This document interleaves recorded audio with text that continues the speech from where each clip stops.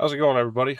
Welcome in to the first live edition of Armchair Analysis. Well, on a weekday, anyways. We normally do the live show on the weekends, Saturdays and Sundays, but I decided I wanted to try a few things out with this episode. So bear with me. There may be some things that just take a little bit of time to truly get figured out and sorted. So I welcome y'all in and hope that y'all will stick around with me as we get some things started here. Trying to work on integrating a couple things in here, and there we go. We finally got it. So hope you guys are having a good start to the month of August. It would only be fitting that I would kind of be a little under the weather as we get set to start the 2026 season. We finished preview season. I get a couple days off and come back sick, so that's awesome. But looking forward to it. I think there's going to be a lot of fun with this episode and with what we can put together. We got a little bit of everything for you, from a little fall camp conversations to conference championship picks, all the way through to my college football playoff and Heisman predictions. I've got a lot of stuff planned for today. So, yeah, I welcome you all in. You'll see all the graphics later, at a later time on the social media pages. But I'm just looking forward to seeing what we can do, how this might look, how this might come together. So I appreciate y'all so much for again sticking it out and being here as we get set to kind of begin here. I'm gonna bring a couple things here. There we go, perfect. So I want to start today talking a little bit about fall camp and some stuff that's been going on around the sport lately. And the biggest thing to me has been some of the stuff I've seen around the Big Ten. I feel like a lot of that comes from the what in the world is going on?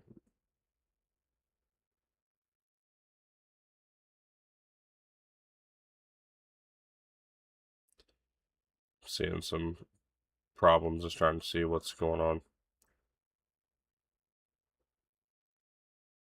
Oh, okay. I see what's going on.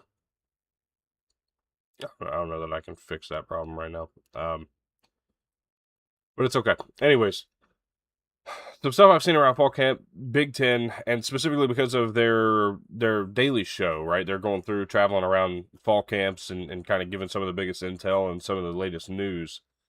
And they started that in USC, or at USC. And the big story out of USC so far is that offensive lineman Killian O'Connor has suffered a season-ending injury in the first week of camp. And that's a pretty unfortunate situation, but at the same time, I think when we talk about USC and their line of scrimmage, a lot of concern comes around the idea of depth in the program. And when we talk about places where they actually have some depth, if there was a good place to have it, especially on the offensive line, I think Killian O'Connor was probably the best case scenario. And I don't say that with any ill intent. Let's just call it what it is. Tobias Raymond was the center throughout all of spring practice, and a lot of that came from the fact that he was, you could argue, probably well, a lot of it came from Killian O'Connor recovering from a surgery anyways. But he's the best guy in terms of next man up, and I'm excited to kind of see what that'll look like, how that can transition. But having him have been the starting center throughout the course of spring, I think plays at least a significant role in the fact that there should be at least a little bit of confidence and hopefully not so much concern over the course of fall camp as we get into, the first couple games of the year. They get a week 0 game against San Jose State this year. A couple games to really feel things out, with Fresno State being in week 1. I think that this is probably going to end up being more of a nothing burger than anything. Obviously, you don't want to see injuries and you don't want to see them this early. But again, if there was a good place to have it, I feel like this was probably where it belonged. You move on, and really, I want to go to Columbus, Ohio real quick, because this video came out recently. And I had a friend of mine text me and say, hey, I don't know that Bo Jackson's going to be the starter.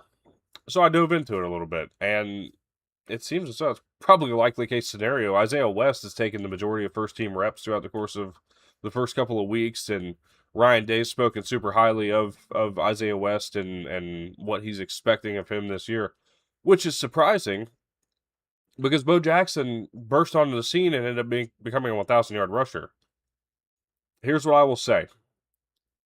If that is the case, if this is truly how the situation is going to go, I have little to no concern about this Ohio State rushing attack, which was not even bad last year. They came out a little slow, and then Bo Jackson took over, and it really just kind of took off and rolled from there. If that is truly the case, if Isaiah West is truly better than Bo Jackson, we could be talking about two 1,000-yard rushers at Ohio State this year, which I think this team would love to run the ball. Arthur Smith is kind of known for being a run-first guy as a play caller, and it'll play into Julian Saint's strengths a lot with the play action and things like that. This could turn into a very dangerous offense for Ohio State very quickly if all things go the proper direction for the Buckeyes. I'm going to see if I can adjust something real quick. I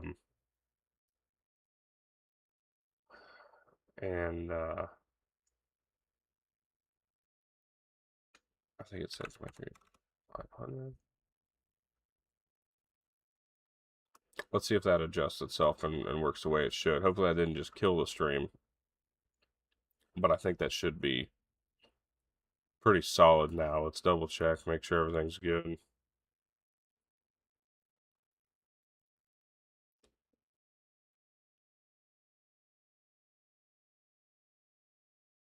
I think I fixed it, so we should be all right. I apologize. I know I'm kind of going through a bunch of stuff.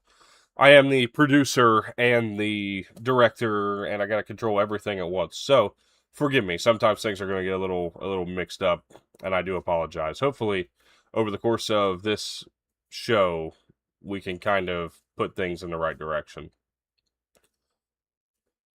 I've seen a lot of clips out of Ann Arbor, and to be completely honest with you, it's a lot of positivity, and I think it should be a lot of positivity. Look, Bryce Underwood finally has a quarterback coach, and honestly, it couldn't get much better than Coy Detmer. On top of that, with Jason Beck being such a solid quarterback guy himself, it's a really good pairing. And the clips we've seen coming out of Ann Arbor look really promising. Now, of course, this is against your own defense, and you've got a no contact jersey on. Like we understand that there's a level of confidence to be had and gained from not having to worry so much about getting hit, not having to worry so much about really anything that's going on, just being able to focus on making your plays. And when I say that, I don't say that in a term of negativity either. I just think it begs for cautious optimism. Of course, Bryce Underwood's looked great. The past game has looked really good under Bryce Underwood, at least early in fall camp. You know, the footwork looks better. You can tell that there's a lot more confidence in what he's doing. And I think that creates, again, a lot more excitement for this program, for this team, to be able to go and do the things that they expected to do. Look, they've talked about it. Bryce Underwood's going to run the ball more. Bryce Underwood, they're going to kind of unleash his true natural ability. And if that's the case, if they're going to allow that to happen, I think the sky's the limit for this Michigan offense. Now, I'm not saying they're going to be a top 10 offense because I don't quite agree with that. But I do believe this is going to be a top 5 rushing offense. I have been wholeheartedly for that. You look at a rushing quarterback, you look at a guy like Jordan Marshall who's going to lead the room, and then Savion Hyder who's probably going to be a big play threat anytime he touches the football, at least the way that everybody has talked about him. They talk about him looking like an NFL player on a college field because he's built like one at 18 years old, which just doesn't happen very often. It's more common now that guys come in looking a lot more prepared.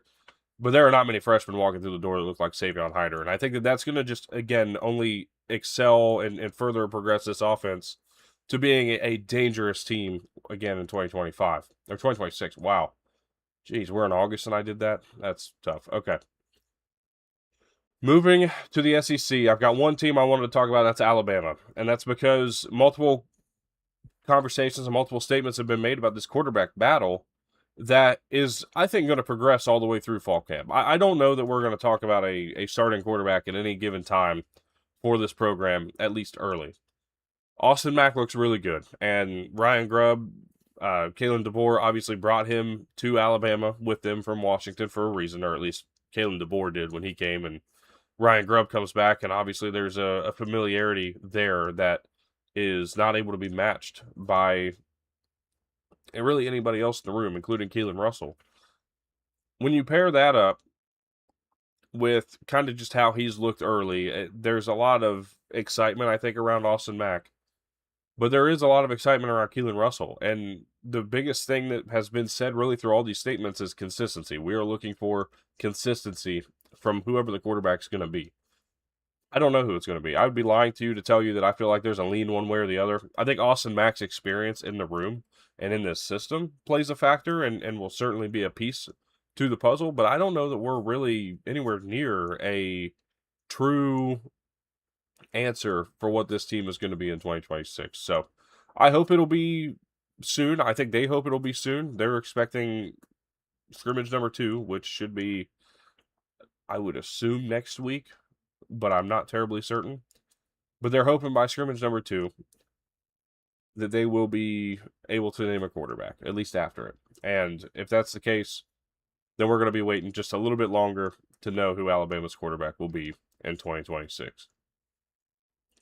With that said, let's move forward and talk about the predictions that I have for this 2026 season. And I've got a lot of them. And I don't know exactly how I want to try to manage this one because there's a lot of things that I could do. And honestly, I didn't quite get this prepared the way I expected to. We're just going to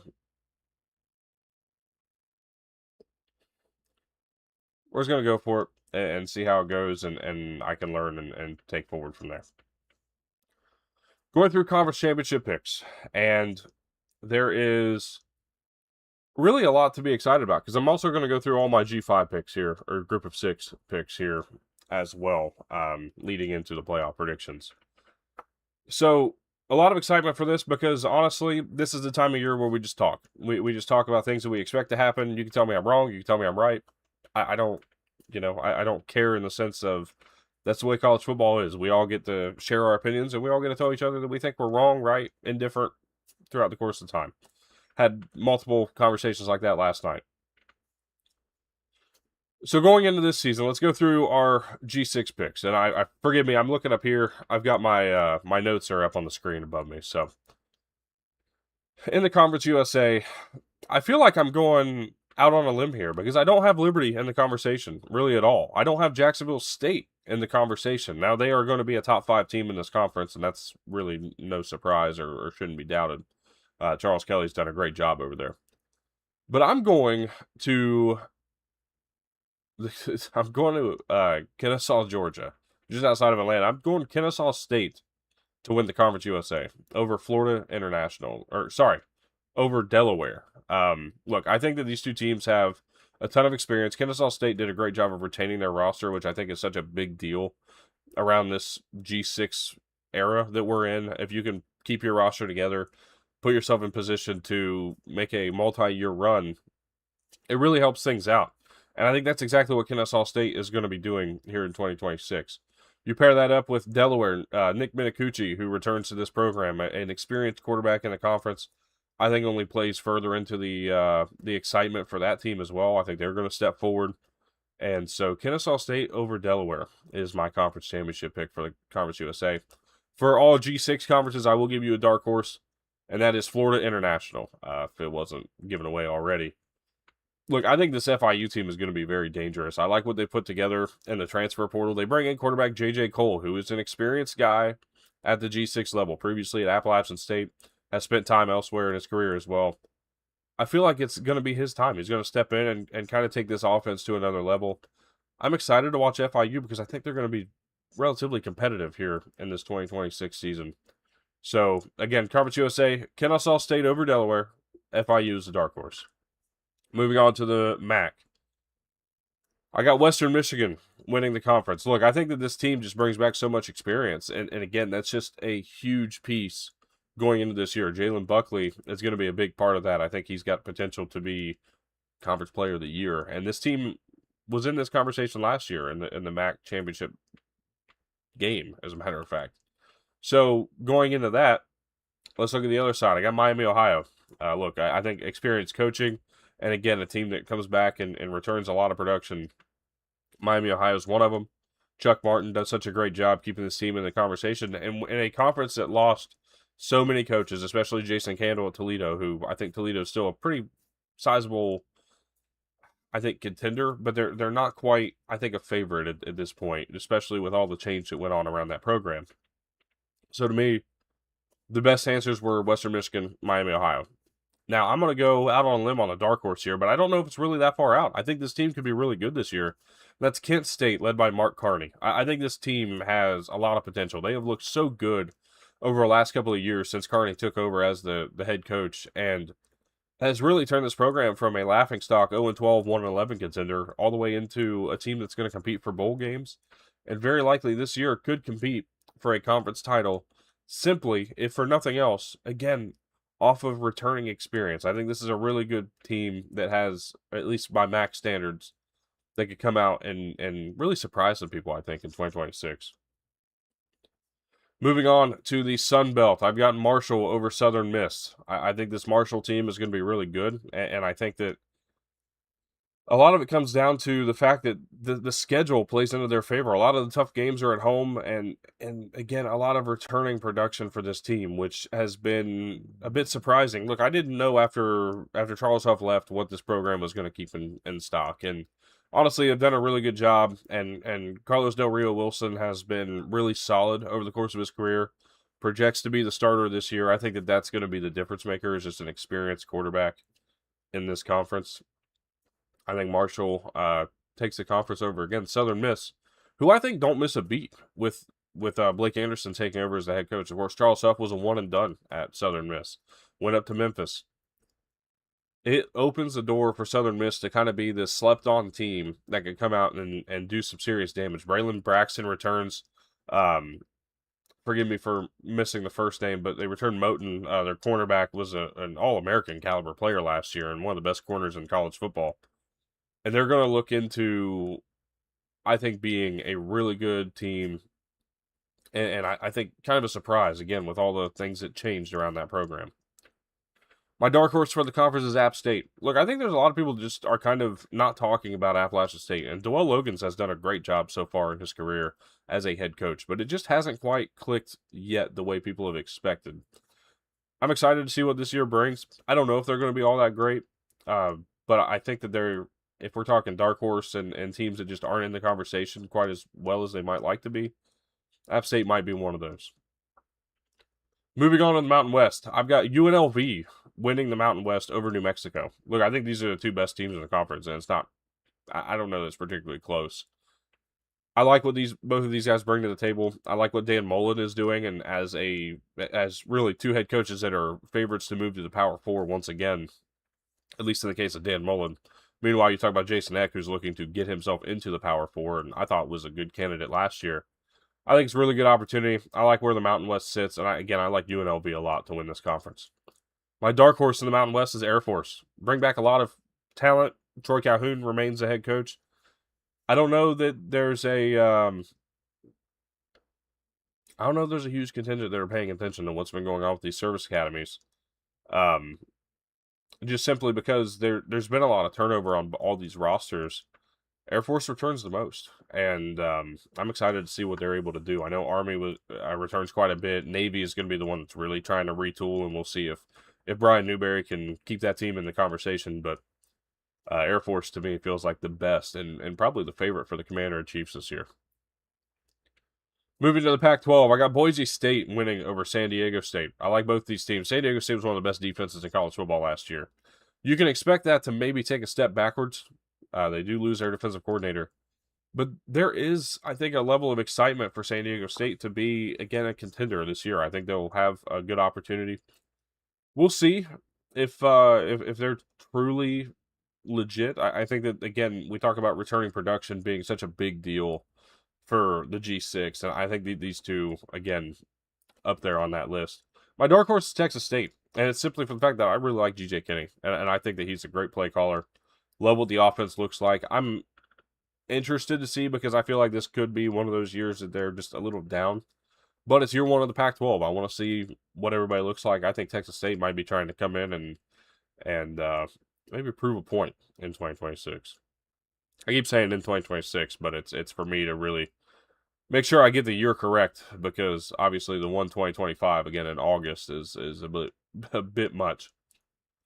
Moving on to the American, UTSA over FAU is what I've got there. Look, I like FAU a lot. I think Caden Veltkamp coming back, if he can cut down on the picks again in this Zach Kitley system, we're talking about a very dangerous offense once again. UTSA, on the other hand, Jeff Traylor looks to kind of just lead this team into the top of the conference by way of everybody else leaving. The majority of the top of this conference in terms of head coaches have departed. It opens the door heavily for UTSA and Owen McCown leading this offense. I'm really excited for what they could be. I think they'll be a good team, obviously winning the American. My dark horse for the American is East Carolina. I think there's not a lot of people that are talking about ECU because of all the transfers, including Caden Hauser. They lose their top two quarterbacks from last year, but they bring in Mitch Griffiths, who is not a stranger to North Carolina. Remember, he was a quarterback at Wake Forest a couple years ago. Transferred to Texas Tech, never really got his chance to start. Goes back to East Carolina and staying in an offense that's very similar, very familiar to him. I think he's got a chance to have a breakout season here in 2026 and be one of the next in what's been a pretty decent line of ECU quarterbacks that have just been solid. No NFL caliber players, but just very solid college quarterbacks at East Carolina.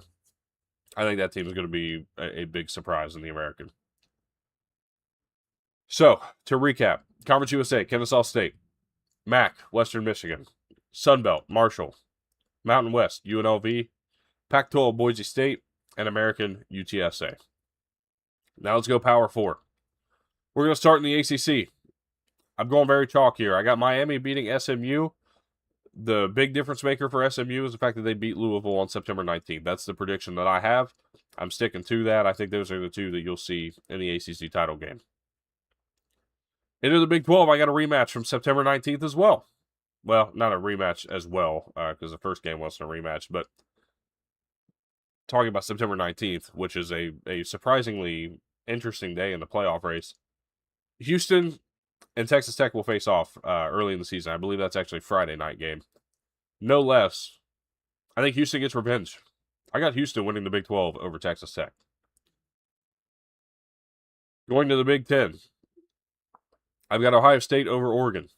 I think those are the two teams that will get through this gauntlet of a schedule, and I think Ohio State gets the job done a second time over the Ducks. Moving to the SEC, I've got Georgia over Texas, which is not really a big surprise, but it continues a trend of Georgia and or Alabama winning the SEC all the way back to like 2011, outside of the 2019 LSU year. I think it's going to be a really chalky year in terms of conference title picks. However, we go into the playoffs, and I think it's going to be sort of that way, but maybe anything but. Let's go ahead and start it with our top four. And I've got Notre Dame at number 1, Georgia 2, Ohio State 3, Miami 4. Moving on from there, I've got Oregon at 5, Texas at 6, LSU 7, Houston 8, Indiana 9, USC 10, Oklahoma 11, and UNLV 12. Going all the way through this, my semifinal ends up being Notre Dame and Miami, Florida out of the top side. The bottom side ends up being chalk, Ohio State and Georgia. I have a rematch of last year's quarterfinals. Ohio State and Miami in the national championship. A rematch of the 2002 Natty. And it's going to go the other way. I got Miami, Florida winning the national championship in 2026. Why might I have that pick? Let's go ahead and talk Heisman. Darian Mensah is my Heisman Trophy pick in 2026. I've been very, very open about that. I don't really see that changing. And to be honest, it's just, I think that he's going to excel in this offense. Look, I think if you go back and look at what Cam Ward was in this Miami offense, there's a lot of reason to expect very similar things from Darian Mensah. They're almost a very similar makeup of a quarterback. Mensah jumps into this system already being a 3,000-plus yard passer, already being a really solid QB when it comes to taking care of the football. There's just so much reason to be excited for what Darian Mensah brings to the table and can bring to this offense. Pair that up with the mass amount of weapons, whether it be Mark Fletcher at running back, Cooper Barkey, and Malachi Toney out wide. This is just a dangerous offense that I think is going to take it to the next level. Their schedule opens the door for them to score 40-plus a game again. I think this Miami team is going to be really good. Darian Mensah will be a big reason for that. The rest of my Heisman candidates are C.J. Carr, Jaden Maiava, Dante Moore, and then Connor Wegman. I think will be a surprise contender in this Heisman race. My dark horse, however, does not come from those lists. It comes from Arizona, Noah Fifita. Let's talk about this for a minute. If Arizona just so happens to come out and be even better than a lot of people are projecting them to be, which is an 8 to 9 win team, you got to think a lot of it comes from a very experienced quarterback in Noah Fifita. And you pair that up with a really solid wide receiver room, a good offense as a whole. There's a lot of reason to believe that Fifita could certainly be a guy that comes out and competes for the Heisman. I don't know that it's a guarantee by any means, but it's certainly out there for reason to be excited. Nonetheless, I stand by it. Darian Mensah, Heisman Trophy winner in 2026. So to recap, and we'll have graphics up everywhere going forward. Notre Dame, Georgia, Ohio State, Miami. Those are your first four. Those are the byes. Oregon, Texas, LSU, Houston, Indiana, USC, Oklahoma, UNLV. Those are 5 through 12 in that order. Notre Dame and Miami, Ohio State, Georgia are the semifinal matchups, with Miami playing Ohio State for the national championship and Miami coming away with it, led by Heisman Trophy winner Darian Mensah. Let me know where you agree, disagree. I'm sure we all have a lot of reason to be in full agreement on this episode. I can't imagine there will be much otherwise. I'm looking forward to seeing what we can do further. Honestly, I thought this might be a longer show, to be completely honest, and I think I'm going to start packing some more stuff into these as we go. I kind of just wanted to see where we landed, and we landed about a 30-minute episode. Now, I want the live shows to be a little longer. I want more clips and stuff to come out, and I'm going to start making some as soon as we get done here, but it was a good first run, a good first test. I'm going to find more stuff, find more ways to extend these shows to be about an hour long. I'm going to do 2 a week. We're going to go Monday, Thursday. I'm going to try this just for now. Get some extra content out there, do clips, all that other stuff. It's going to give me time to produce clips, which help the social media, help us continue to grow this thing. And it's kind of a trial and error period for the show. I don't know exactly what's going to happen. Monday through Friday was great last year. 7 days a week was great last year, but it was very busy, and it made it difficult for me to do social media stuff and all the other things I'd like to do with the channel. So let me know what you guys thought of today's episode. By all means, in the comment section below. I appreciate you guys for tuning in. We're on the path for 300 subscribers. We're about 5 away as of my last time looking. If you would please hit that subscribe button. It's free. It harms nobody. But it helps this channel continue to grow and helps us push forward towards our goals eventually of hopefully 500, maybe 1,000. And we'll just see where we can grow from here. I love this sport a lot. I'm excited for it. We're just under 20 days away from the opening games of college football in week 0 on August 29th. And I'm just looking forward to it. Thank y'all so much for tuning in. Hopefully Thursday will be a little better. Hopefully I'll be less under the weather. We'll be about noon Eastern every single show. It's the best time I think I can get everything done on Mondays and Thursdays. So I thank y'all so much for tuning in. Again, check us out on Spotify. Spotify episodes are coming back. Things were just really weird. I was trying to fix some stuff, and it just finally kind of worked out, I guess, and it got fixed for now. But yeah, Spotify episodes will be back, so make sure you tune into those. And with all that said, I appreciate y'all so much for tuning in. Have a great rest of your day. And we'll see y'all Thursday with another episode of Armchair Analysis.